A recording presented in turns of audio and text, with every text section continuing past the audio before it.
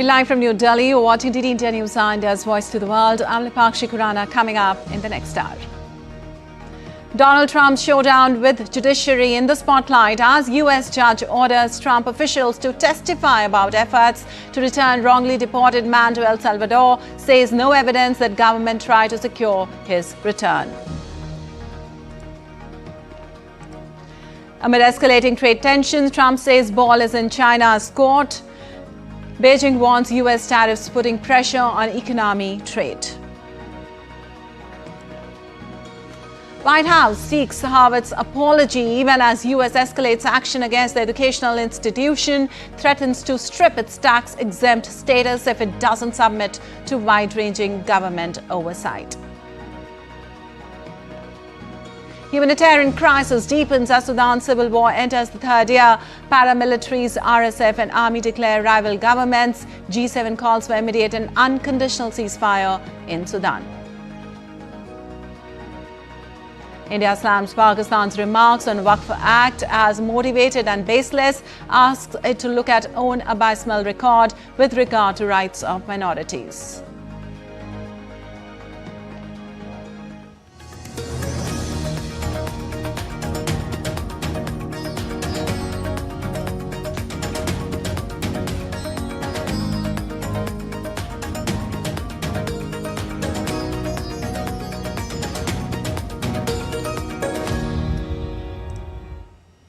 And moving on to the details, the U.S. judge on Tuesday said there was no evidence the Trump administration had tried to secure the return of a man illegally deported to El Salvador, but said she would not hold the government in contempt of court for now. U.S. District Judge Paul Shinnis said the administration had not given her any information of value about what it had done. Dozens of protesters carrying signs reading "Defend Democracy" gathered outside the courthouse in Maryland on Tuesday, where a judge slammed U.S. government for its failure to return a migrant who was wrongly deported to El Salvador. They were joined by Kilmer Abrego Garcia's wife, Jennifer Vasquez Sura, who urged Trump and his ally, Salvadorian President Nayib Bukele, to stop playing political games. That I find myself pleading with the Trump administration and the Bukele administration to stop playing political games with the life of Kilmer. Our family is torn apart during this scary time, and our children miss their dad so much. U.S. President Donald Trump's showdown with the judicial system came into spotlight as District Judge Paula Zinnis demanded that U.S. officials provide documents and answer questions under oath about what it had done to secure the return of Garcia. She earlier ordered Trump to facilitate his return, an order which was upheld by the U.S. Supreme Court. So the hearing really concerned whether or not the U.S. government is complying with judicial orders that say to the U.S. government, Mr. Abrego Garcia should be returned to the United States. Meanwhile, U.S. Border Czar Tom Homan has said that Trump administration will obey the court orders. This administration will obey court orders, unlike the last administration. But if you ask me if I'm in favor of returning terrorists to the United States that are gang members, that have murdered and raped young women in this country, no, I'm not in favor of that at all.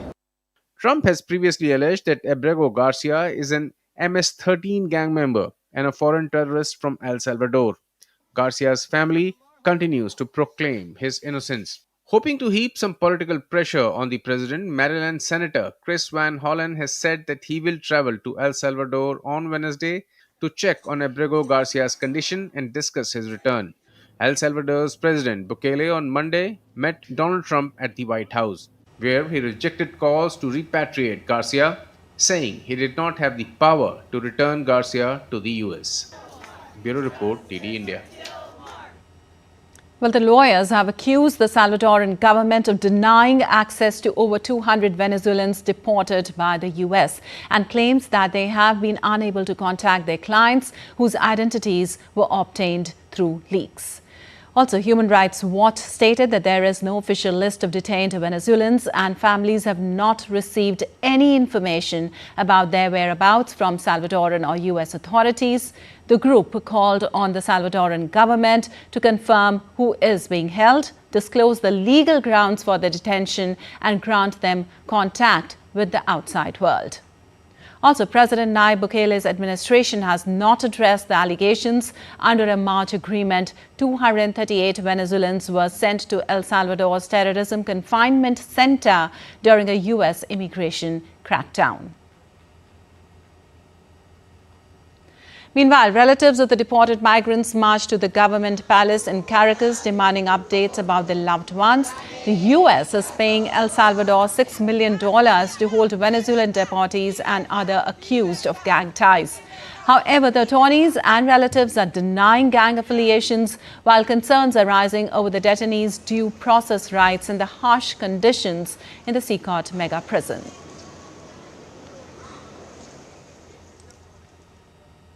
Meanwhile, Trump said he plans to roll out a new program offering money for illegal immigrants in the country to leave voluntarily. Trump said such a self-deportation program would include some financial assistance and the prospect of re-entering the country later legally. Trump has vowed to deport a record number of migrants in the U.S. illegally and has tested the bounds of U.S. law to increase arrest and deportations. We're going to have a self-deportation program. What are we going to do? We're going to give them a stipend. We're going to give them some money and a plane ticket. And then we're going to work with them. If they're good, if we want them back in, we're going to work with them to get them back in as quickly as we can. Well, moving on to another big issue, U.S. President Donald Trump has signaled his willingness to engage in a trade deal with China, but with a key condition. White House Press Secretary Caroline Leavitt on Tuesday revealed that Trump is waiting for Beijing to make the first move, citing the president's statement earlier in the day. The ball is in China's court. China needs to make a deal with us. We don't have to make a deal with them. There's no difference between China and any other country except they are much larger. And China wants what we have, what every country wants, what we have, the American consumer. Or to put it another way, they need our money. So the president, again, has made it quite clear that he's open to a deal with China, but China needs to make a deal with the United States of America. And amidst the tariff row, a top Chinese economic official, Sheng Liuyun, said that U.S. tariffs were putting pressure on the country's economy and trade, even as Beijing unveiled forecast beating first quarter growth.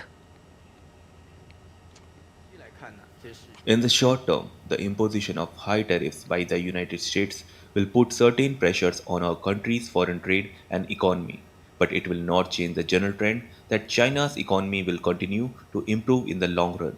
China's economy has a stable foundation, strong resilience, and great potential. We have the strength, capability, and confidence to face external challenges and achieve our set development goals. Meanwhile, Chinese President Xi Jinping arrived in Malaysia on Tuesday for a highly anticipated state visit that comes as Beijing fights an escalating trade war with the United States. Xi said he expected to use his visit as an opportunity to further deepen the bilateral traditional friendship and strengthen political mutual trust. Also, Xi embarked this week on a Southeast Asia tour that has already taken him to Vietnam and will also include Cambodia, with Beijing trying to position itself as a stable alternative to U.S. President Donald Trump's punitive tariff regime. The Chinese leader touched down at the airport in the Malaysian capital Kuala Lumpur on Tuesday, where he was greeted by Prime Minister Anwar Ibrahim. Malaysia is the second leg of Xi's current 5-day, 3-nation Southeast Asia tour. Also, China has remained Malaysia's largest trading partner for 16 consecutive years now. And India's Akshay Dongre joins us live on the story above. Well, Akshay, Trump has made it quite clear that he's open to a deal with China, but has left the ball in China's court as of now. What can be expected next? Well, Lipakshi, what we are seeing as far as the China and US trade tariff war is concerned is that it's becoming now quite embarrassing for the United States and Trump administration to deal with the issue. that they are seeing. So initially, when the tariffs were implemented on Chinese goods, there was an expectation from the US side that China will in fact bow out of the competition or will not engage in any further tariff wars, because quite honestly, there is a huge chunk of Chinese goods that come into the US that is worth billions of dollars every year. In fact, every month, billions and billions of dollars worth of goods come into the US for the US consumers. So one thing is right, as far as the US is concerned, China did want and does want the US consumers, but it seems that miscalculated when it comes to the Chinese response, because the kind of response that the US is getting from China is a Chinese government that is doubling down on pressurizing the US as far as the goods are concerned, the trade between the two countries are concerned. Now, while the US has the consumers at this point in time and has the money as well, but China is not only an export partner to the US. In fact, it has been considered the manufacturing factory of the world for the past at least 2 decades. So that is one reality that China is aware of, and that perhaps is the reason why Xi Jinping is also on now foreign tours, especially in the Southeast Asia, which can be also a major market for the Chinese goods that will not be going to the US because of the tariffs now. So the trade war is escalating. The Chinese airlines have been asked by the Xi government to not buy the American planes. For example, the airlines who used to procure their aircraft from Boeing have been asked to stop the deliveries. Now, also on the other hand, the US administration is now talking about providing some kind of respite to certain products as and when it suits them, and that is the reason why the trust factor and the reliability factor on the US as a market is now vanishing quite fast. We are also hearing that the Trump administration is thinking of putting tariffs on the pharmaceutical industry, on semiconductors. Now, if that is done, countries like India will also be impacted when it comes to semiconductors. Allies like Taiwan, Singapore and other countries are going to be impacted by these tariffs too. So the situation is overtly complicated, and especially getting more complicated because of the changing stance of the Trump government. Now also we are seeing that a very niche market that is there between the trade in US and China trade setup is the luxury goods, and what we are seeing is a wave of videos that are coming on TikTok with the Chinese exporters now exposing brands such as Birkin, Hermes, Louis Vuitton, Lululemon. So all of these are ultra luxury brands that are being that used to be exported from China according to claims, and the exporters are now trying to sell it directly to the customer without the brand tag, which used to multiply the cost by several fold. Now this is about a 500 billion market that we're looking at annually, and if these kind of markets start to get impacted in these creative ways, then certainly the trade war is going to escalate and the situation become more tense too. Certainly the situation is quite dire right now. Thank you so much, Akshay, for all those insights from your side. And moving on, besides China, many countries are affected by Trump's tariff and thus are making efforts to visit the US and discuss the trade issues. Among them is South Korea's Finance Minister and Deputy Prime Minister Choi Sang-mok, who will be seeing his US counterpart Scott Bessent next week. Early on Tuesday, Choi said that his priority was to delay imposition of the reciprocal tariffs as much as possible and to minimize uncertainty for Korean companies operating not only in the US but also in the global markets. The meeting comes as Trump seeks to levy tariffs next on semiconductor and chips.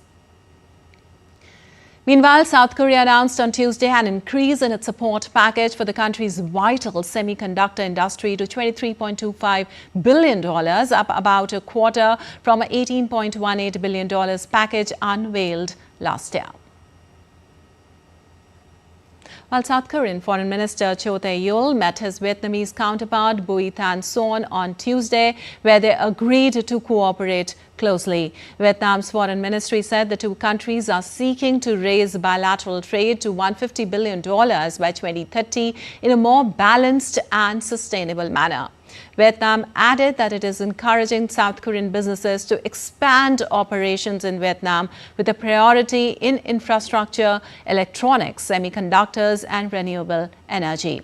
Well, Trump's reciprocal tariffs included a 46% duty on imports from Vietnam and a 25% duty on imports from South Korea. They have since been put on a 90-day moratorium until July.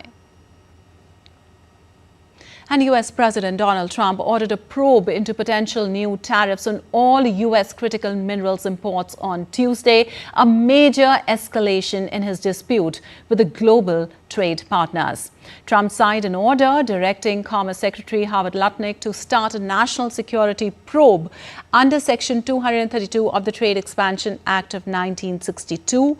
The order calls for a review of market dynamics for all critical minerals, including cobalt, nickel, rare earths, uranium, and any other elements deemed necessary by U.S. officials to assess the need for potential tariffs. Also, the same law was used by Trump in February to launch a probe into potential copper tariffs. Well, earlier this month, Beijing placed export restrictions on rare earths in response to Trump's recent broad tariffs, and the United States has only one rare earths mine, and most of its processed supply comes from China. And still to come in DD India News Hour. Indigenous leaders rally ahead of COP30 in Brazil, demanding fair energy transition. Severe sandstorm hits Basra, Iraq, triggering health crisis and growing climate vulnerability. A night curfew continues in Nepal's Birgunj after violent clashes were reported during Hanuman Jayanti procession.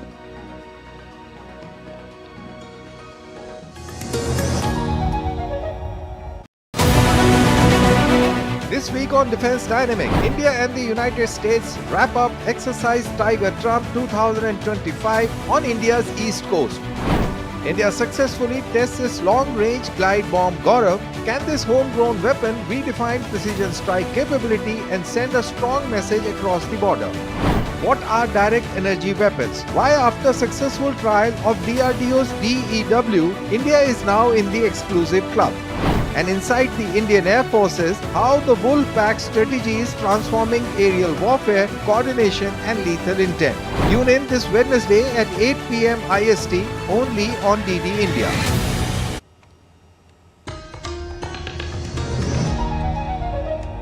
Welcome back. You're watching DD India News. I'm Lipakshi Khurana, and moving on. And Trump has intensified his clash with elite U.S. universities, targeting Harvard with threats to revoke its tax-exempt status unless it accepts sweeping federal oversight. While the move follows accusations of Harvard tolerating anti-Semitism amid pro-Palestinian protest, Trump's administration froze $2.2 billion in funding, halting critical research. Also, unlike other institutions that have complied, Harvard defiantly refused to negotiate its independence. President Alan Garber vowed to protect constitutional rights, declaring the university will not be taken over. Trump posted that Harvard must be taxed like a political entity. Well, President Trump has demanded an apology from Harvard University when asked about revoking the school's tax-exempt status. The White House responded that Trump wants accountability. Harvard, in turn, rejected demands, warning against conservative control over its institutions. First, when it comes to Harvard, as I said, the president has been quite clear they must follow federal law. He also wants to see Harvard apologize, and Harvard should apologize for the egregious anti-Semitism that took place on their college campus against Jewish American students. Well, Sudan's paramilitary declared the establishment of government rivaling the army-backed administration 2 years into a conflict that has triggered the world's worst humanitarian crisis. Also, the fighting has pitted the regular army led by Abdel Fattah al-Burhan against the paramilitary rapid support forces headed by his former deputy Mohammed Hamdan Daglo. Daglo added on Tuesday that the paramilitaries, along with civil and political forces, had signed a transitional constitution, describing it as a roadmap for a new Sudan. The constitution provides for a 15-member presidential council representing all regions, symbolizing a voluntary unit. Also, G7 foreign countries on Tuesday issued a statement calling for an immediate and unconditional ceasefire in Sudan and condemning attacks by Sudan's rapid support forces. Meanwhile, the European Union and Britain pledged on Tuesday to increase aid for Sudan during a conference in London.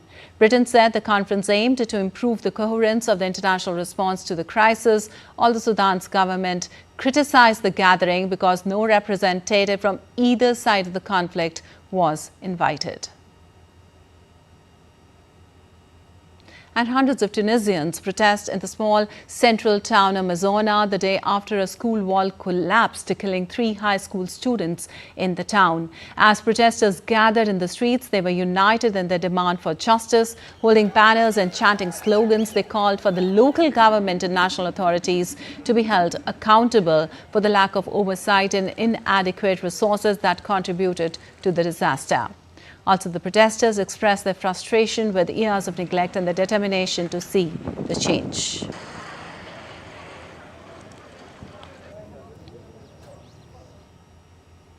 And moving on, Somalia has begun voter registration in its capital, Mogadishu, for the first time in more than 5 decades, marking a historic step towards universal suffrage ahead of the 2026 presidential elections. The registration drive is being seen as a critical milestone for the nation, which has long struggled with political instability and conflict. Crowds gathered early at registration centers, hopeful about the country's democratic progress. Also, the government has framed the move as part of broader efforts to strengthen democratic institutions and increase civic participations across Somalia, where voting has traditionally been limited to clan-based systems. And Romania's interim president, Ilie Bolojan, met a bipartisan delegation of 8 U.S. members of Congress, the first U.S. officials to publicly visit Romania since the election was voided. The European Union and NATO member will repeat its 2-round election on May 4th and 18th after the Constitutional Court voided the initial ballot following accusations of Russian meddling, denied by Moscow in favor of far-right frontrunner Kalin Chotsko, who has since been banned from running again. Also, Bolojan told the delegation that Romania is committed to ensuring its May presidential vote rerun is fair and transparent after its election result in December was cancelled.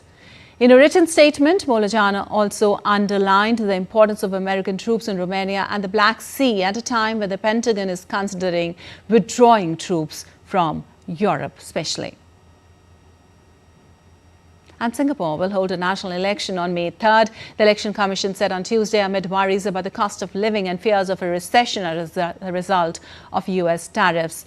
This will be the first electoral battle for the ruling People's Action Party under Test Prime Minister Lawrence Wong since he succeeded Lee Hsien Loong, the son of founding Premier Lee Kuan Yew, last year after decades of leadership by the Lees.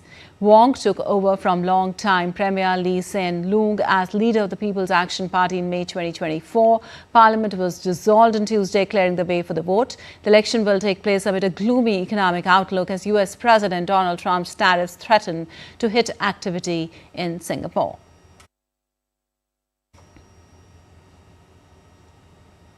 And as the world gears up for the COP30 climate summit in Brazil, indigenous representatives from across the globe gathered in front of Brazil's foreign ministry to call for a just energy transition. They were demanding for a just, equitable and a fair energy transition that places indigenous people at the forefront of climate action. The rally, which brought together leaders from Brazil, Canada, Colombia and various African countries, emphasized the urgent need for policies that recognize indigenous rights and their crucial role in protecting the planet's ecosystems. Holding on a larger banner, the group made a poignant statement. Part of it was painted using ashes from the recent devastating fires in the Amazon that ravaged the vast swathes of rainforest earlier this year. The event was both a call for justice and a powerful display of solidarity.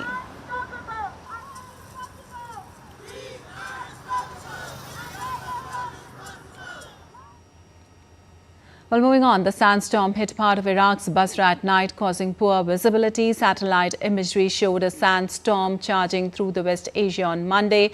Around 1,041 cases of suffocation, with patients admitted due to breathing difficulties linked to poor air quality and possible viral infections. Also, according to the United Nations, Iraq is the fifth most vulnerable country in the world to the climate crisis. Drought and extreme temperatures are drying up farmland and making large parts of Iraq barely habitable during the summer months.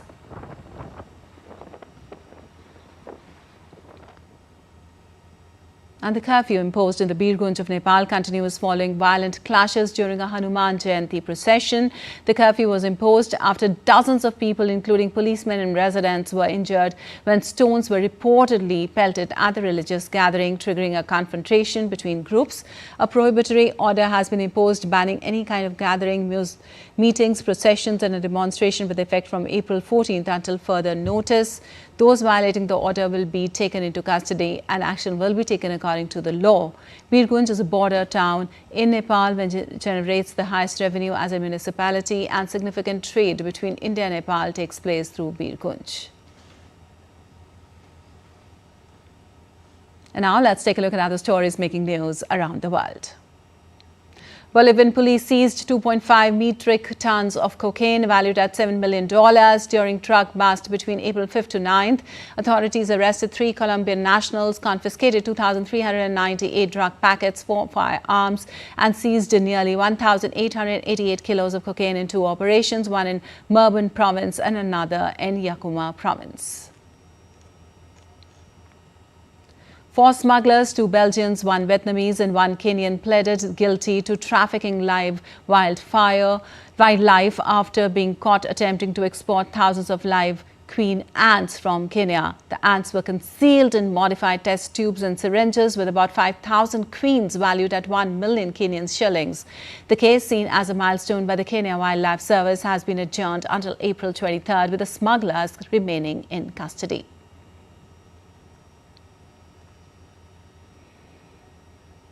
A quartet of 12-week-old Northern African lion cubs was spotted playing at Whipsnade Zoo in England. Born in January as part of the European Endangered Species Programme, the cubs underwent their first health check, confirming they are 3 females and 1 male. With the new arrival, the zoo's pride has grown to 10 Northern African lions. These lions are classified as declining by the International Union for Conservation of Nature.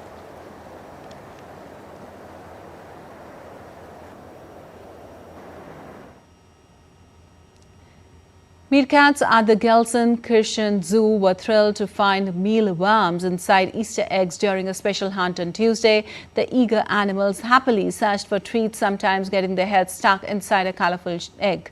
While eggs weren't appealing to humans, the meerkat loved their successful hunt, especially for mealworms, their favorite food.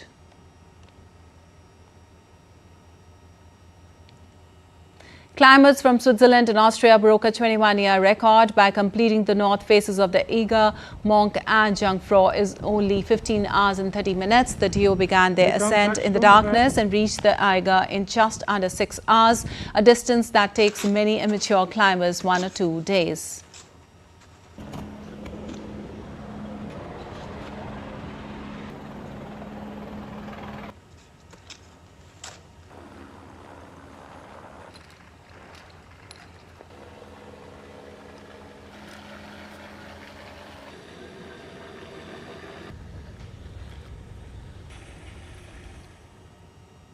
And still to come on DD India News. India renews strong call for UNSC reforms, urges concrete timelines and inclusive representation. India expected to experience above average monsoon this year, says India's Met Department. And the Indian temple town of Samayapuram near Tiruchi soaked in religious fervour for the Chittirai festival.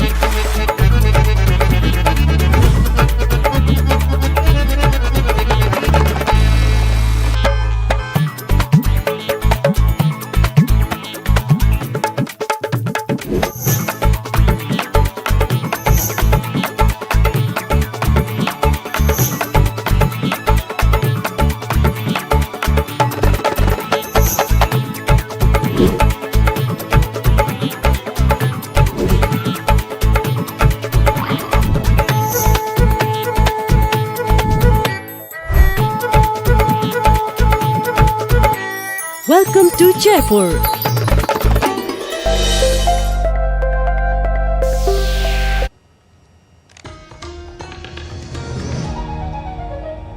Welcome back. You're watching DD India News. I'm Lipakshi Kuran, and time now for a quick recap of the headlines. Donald Trump's showdown with the judiciary in the spotlight as U.S. judge orders Trump officials to testify about efforts to return wrongly deported man to El Salvador, says no evidence that government tried to secure his return. Amid escalating trade tensions, Trump says ball is in China's court. Beijing warns U.S. tariff putting pressure on economy trade. White House seeks Harvard's apology even as U.S. escalates action against the educational institution, threatens to strip its tax-exempt status if it doesn't submit to wide-ranging government oversight. Humanitarian crisis deepens as Sudan civil war enters the third year. Paramilitaries, RSF and army declare rival governments. G7 calls for immediate and unconditional ceasefire in Sudan. India slams Pakistan's remarks on Waqf Act as motivated and baseless, asked it to look at own abysmal record with regard to rights of minorities. And India on Tuesday slammed Pakistan for its unfounded remarks on the Waqf Amendment Act enacted by the Parliament. Foreign Ministry spokesperson Ranveer Jaiswal said on Tuesday that Islamabad has no standing on the issue and should look at its own abysmal record in protecting the rights of minorities. In a statement, the MEA said, and I quote, "We strongly reject the motivated and baseless comments made by Pakistan on the Waqf Amendment Act enacted by the Parliament of India. Pakistan has no locus standi to comment on a matter that is internal to India. Pakistan would do better to look at its own abysmal record when it comes to protecting the rights of minorities instead of preaching to others." Well, the Waqf Amendment Act was passed by Parliament on April 4th and got the President's assent on a day later. Prime Minister Narendra Modi has said that under the new Waqf law, land or property belonging to tribals cannot be touched by the Waqf board. Poor Muslims and Pasmanda Muslims will get their rights. And in the Bastar division of Chhattisgarh, 2 hardcore Naxals were killed in an encounter on the Kondagaon-Narayanpur border. Bastar IG P. Sundarat stated that in this encounter, DVCM Haldar and ACM Rame were neutralized by the security personnel. An AK-47 rifle along with ammunition and explosives were recovered from the site.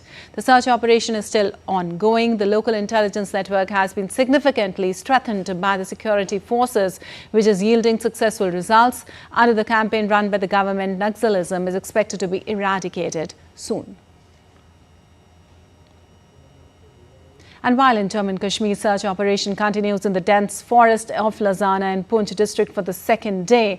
The encounter began during a joint operation conducted by the Indian Army and Jammu and Kashmir Police in the Sudankoti area on Tuesday. Security sources said the terrorists opened fire after being cornered in the forested terrain. The forces immediately retaliated, triggering a prolonged gunfight. Entire area has been cordoned off and aerial surveillance is being used to track any movement amid concerns the terrorists might attempt to escape under the forest cover.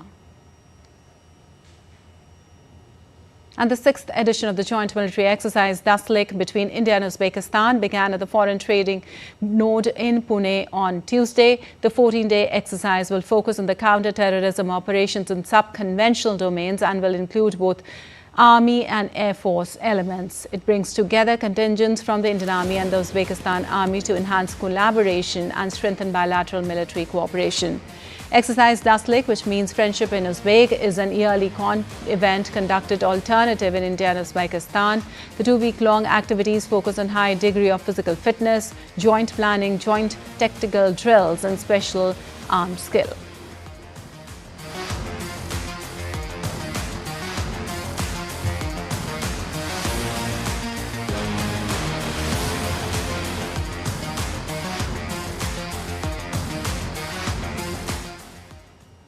Well, India has yet again strongly advocated for reforms of the UN Security Council, aiming for a more equitable and representative global body.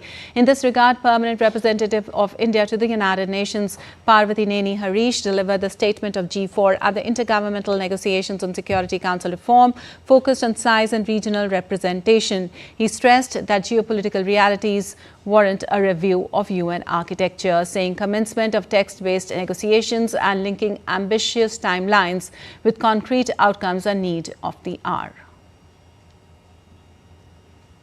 Those opposed to text-based negotiations do not seek progress on reforms. Second, an argument that an expanded and reformed Security Council would not be efficient is an attempt to stall real reforms. A reformed council with appropriate working methods and accountability mechanisms would be equipped to function effectively and deliver meaningfully on pressing global issues. Third, a consolidated model that does not cover expansion in both the permanent and non-permanent categories would not achieve the purpose of reform, further entrenching the status quo.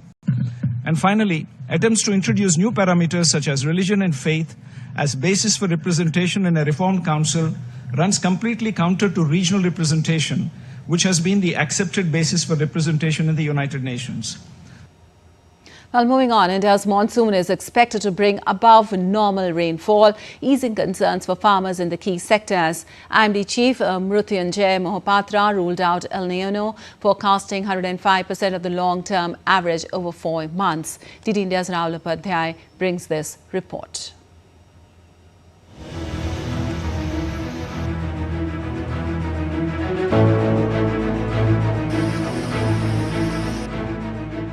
India is set to experience above normal rainfall this monsoon season, the Indian Meteorological Department, or the IMD, said on Tuesday.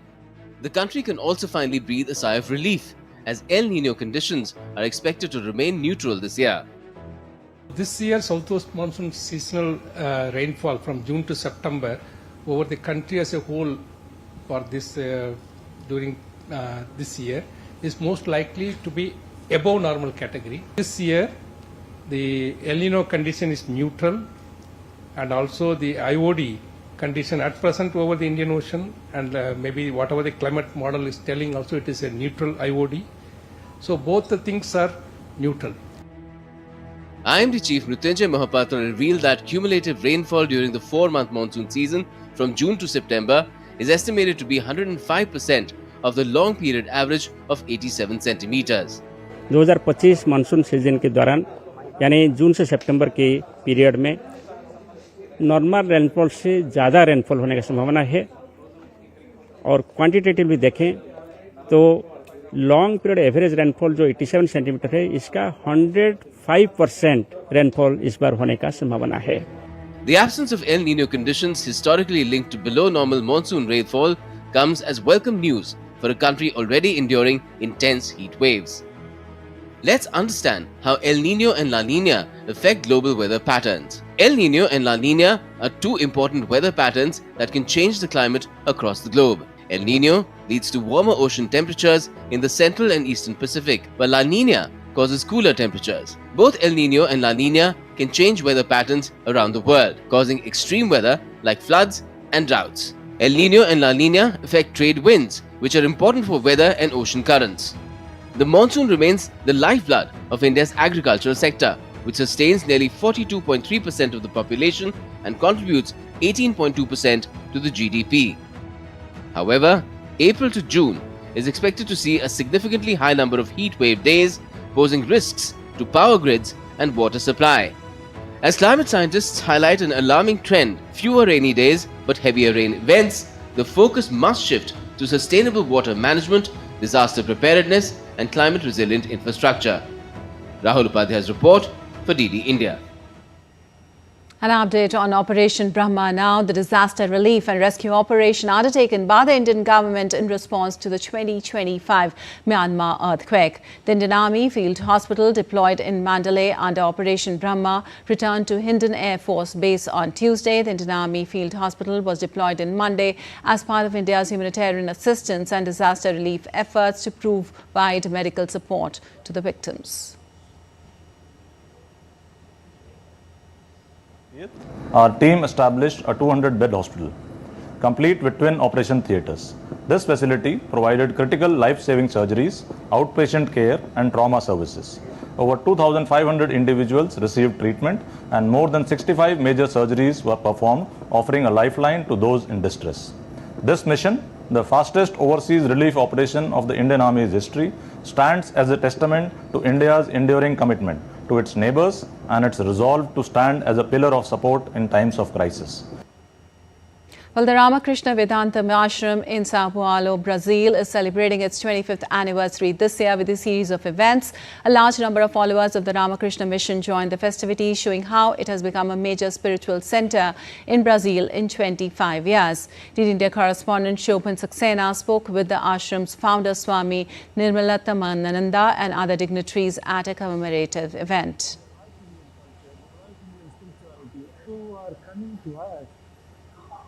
They are more heard about us, they know something involved in our spiritual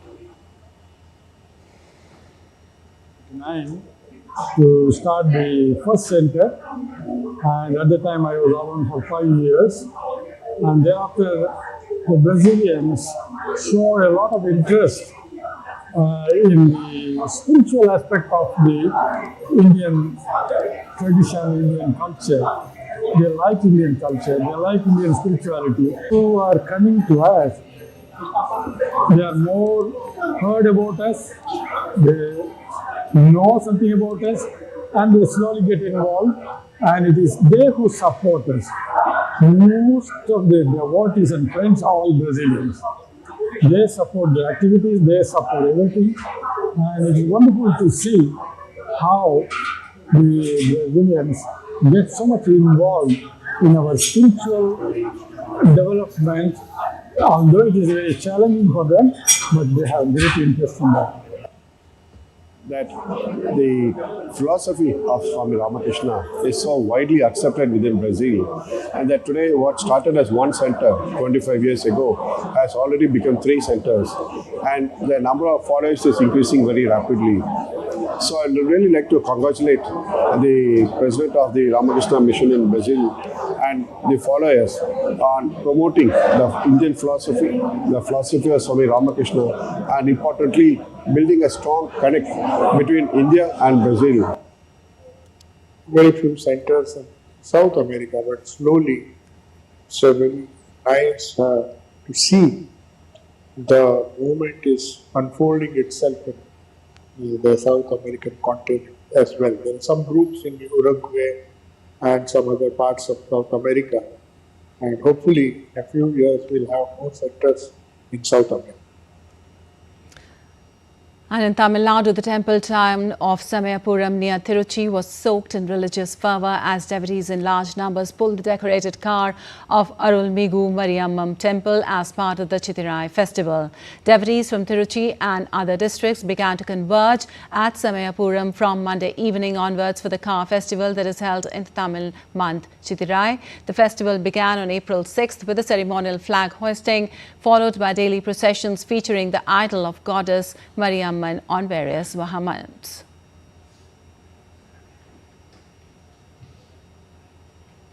And still to come on DD India News Hour. Republic of Colombia issues global bonds for up to $3.8 billion amid fiscal consolidation efforts.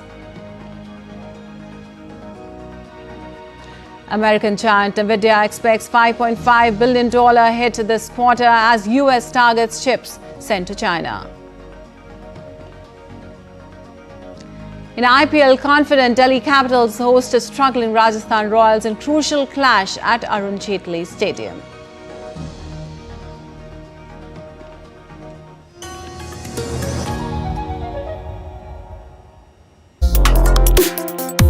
Complex issues, hidden agendas, twists and turns, strategic games. We think all dots are linked. We just need to connect them.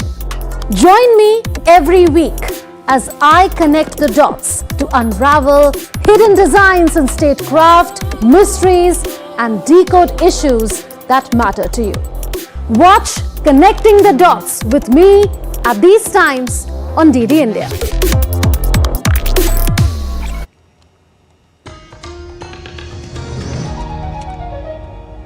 Welcome back. You're watching DT India News. I'm Lipakshi Khurana. On to some business news now. Mexico is pushing to reopen talks with the U.S. after Washington announced its intention to withdraw from a pivotal tomato trade deal. The 1996 suspension agreement, last renewed in 2019, shielded Mexican tomatoes from steep U.S. anti-dumping duties. But now the U.S. Commerce Department said ending the pact is necessary to level the playing field for American farmers. If dissolved, Mexican exporters could face tariffs nearing 20%, driving up prices. Yet Mexico's Agriculture Minister Julio Verdeguer said the U.S. never formally notified the government, only the exporters. According to the official figures, Mexico sold $3.339 billion worth of tomatoes abroad last year. In the first 2 months of 2025 alone, the country exported $631.3 million worth of the vegetable, almost all of which went to the U.S. markets. And Colombia issued global bonds for up to $3.8 billion with 2030 and 2035 maturities. The funds collected would be used to meet the government's 2025 financing target, the ministry said, adding that the bond sale attracted robust investor interest, with purchase orders totaling nearly $10.17 billion, almost triple the amount offered. Colombia's strong demand response suggests a sustained appetite for its debt to consolidate fiscal accounts. And AI giant NVIDIA expects a $5.5 billion hit this quarter due to a new U.S. licensing requirement on the primary chip it can legally sell in China. U.S. officials last week told NVIDIA that it would need to obtain a license to export the H20 chips to China for the indefinite future. NVIDIA shares were down about 6% in after hours of trading since U.S. President Donald Trump made a major tariff announcement on April 2nd. The H20 is currently NVIDIA's most advanced chip for sale in China and is central to its life efforts to stay engaged with China's booming AI industry. Meanwhile, the United States and already restricted exports to China of NVIDIA's most sophisticated GPUs tailored for powering top-end artificial intelligence models. Well, you're watching DT India News. Our time now for some sports news. Delhi Capitals will face Rajasthan Royals in March 32nd of the Indian Premier League 2025 at the Arun Jaitley Stadium in Delhi on Wednesday. Rajasthan are coming after getting a 9-wicket thrashing at the hands of Royal Challengers Bangalore in Jaipur. A major issue for RR has been their batting hasn't clicked as a unit, and the lack of batting depth in the side isn't helping their cause either. Delhi, on the other hand, started the season with 4 consecutive wins before suffering their first defeat against Mumbai Indians in the last fixture.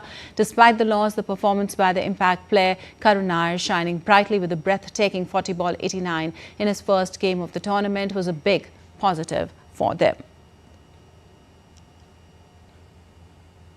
And Punjab Kings defeated Kolkata Knight Riders in a low-scoring thriller by 16 runs in Mulanpur on Tuesday. Punjab Kings initially posted a modest total of 111 runs, being bowled out in 15.3 overs. Prabsimran Singh scored 30 runs while Priyansh Arya contributed 22 runs at the top of the order before the team suffered a dramatic collapse. This was the second lowest team score of the season. KKR's chase appeared comfortable at 60 for 2 in 7 overs. However, Chahal's outstanding spell triggered a collapse in the KKR batting lineup. The Knight Riders were eventually bowled out over 95 runs in 15.1 overs, with Ankrish Raghuvanshi's 37 being the highest individual score. Marco Jansen and Arshdeep Singh supported Chahal in the bowling department. This unlikely victory saw Punjab Kings successfully defend one of the lowest totals of the season, demonstrating the unpredictable nature of T20 cricket. And the Bangladesh Cricket Board on Tuesday confirmed that Indian cricket team will tour Bangladesh in August 2025 for a 6-match white ball series. The tour will feature 3 ODIs and 3 T20 internationals. The matches will be split between Mirpur and Chattogram, with the ODI series beginning on August 17th. The T20 international leg starts on August 26th in Chattogram and concludes with 2 matches in Mirpur on August 29th and 31st. This will also be the first ever bilateral T20 international series between India and Bangladesh to be held in Bangladesh. An Indian batter, Shreyas Iyer, has won the ICC Men's Player of the Month award for March 2025, surpassing competitors Jacob Duffy and Rachin Ravindra from New Zealand. Shreyas Iyer amassed 172 runs in 3 matches during March, maintaining an average of 57.33. Iyer played a pivotal role in India's Champions Trophy campaign. He emerged as the top run scorer with 243 runs, contributing significantly to India's success in the tournament. Iyer was the second highest run scorer of the Champions Trophy 2025, only 20 runs behind Rachin Ravindra. An Olympic silver medalist, Mirabai Chanu, has been elected as the chairperson of the Athletes Commission of the Indian Weightlifting Federation. Mirabai is one of India's most decorated weightlifters, holding multiple national records and historic milestones to her career. At the Tokyo 2020 Olympics, she became the first Indian weightlifter to win a silver medal, marking a watershed moment for the sport in the country. Earlier in 2017, she ended a 22-year wait by becoming the first Indian in over 2 decades to win gold at the World Weightlifting Championships. And 5-time European champions Barcelona reached their first Champions League semi-finals in 6 seasons with a 5-3 aggregate victory despite being beaten 3-1 by Borussia Dortmund on Tuesday. Serhou Guirassy scored a hat-trick for Dortmund to condemn Barca to their first defeat across all competitions this year, but it could not prevent the Catalans from reaching the last 4. Barcelona will play either Inter Milan or Bayern Munich, who face each other on Wednesday in the last 4. And before we wrap up this edition of News Hour, we get you a short video of Moriyama Shigeru, a Japanese tabla player and teacher at Vivekananda Center in Tokyo, Japan.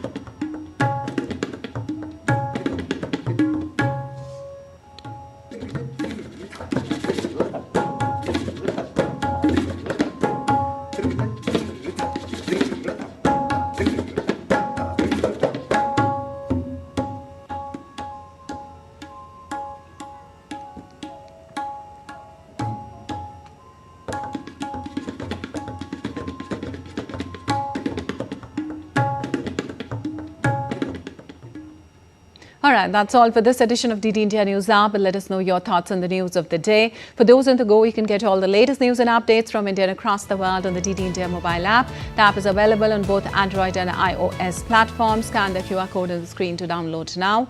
We'll be back with more news as it breaks here on DD India. I'm Lipakshi Khurana from all of us here in Delhi. Thanks for watching DD India News Hour.